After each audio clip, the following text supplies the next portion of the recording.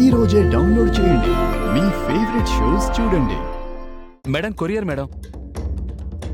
ఇంత పెద్ద బాక్స్ లో ఏం గిఫ్ట్ పంపించుంటారు? అక్క చూడు, కొత్త బుక్స్. మధ్య తరగతి మనుషులను బాధ పెట్టడం మా ఉద్దేశం కాదు. బాధ పెట్టుంటే క్షమించండి.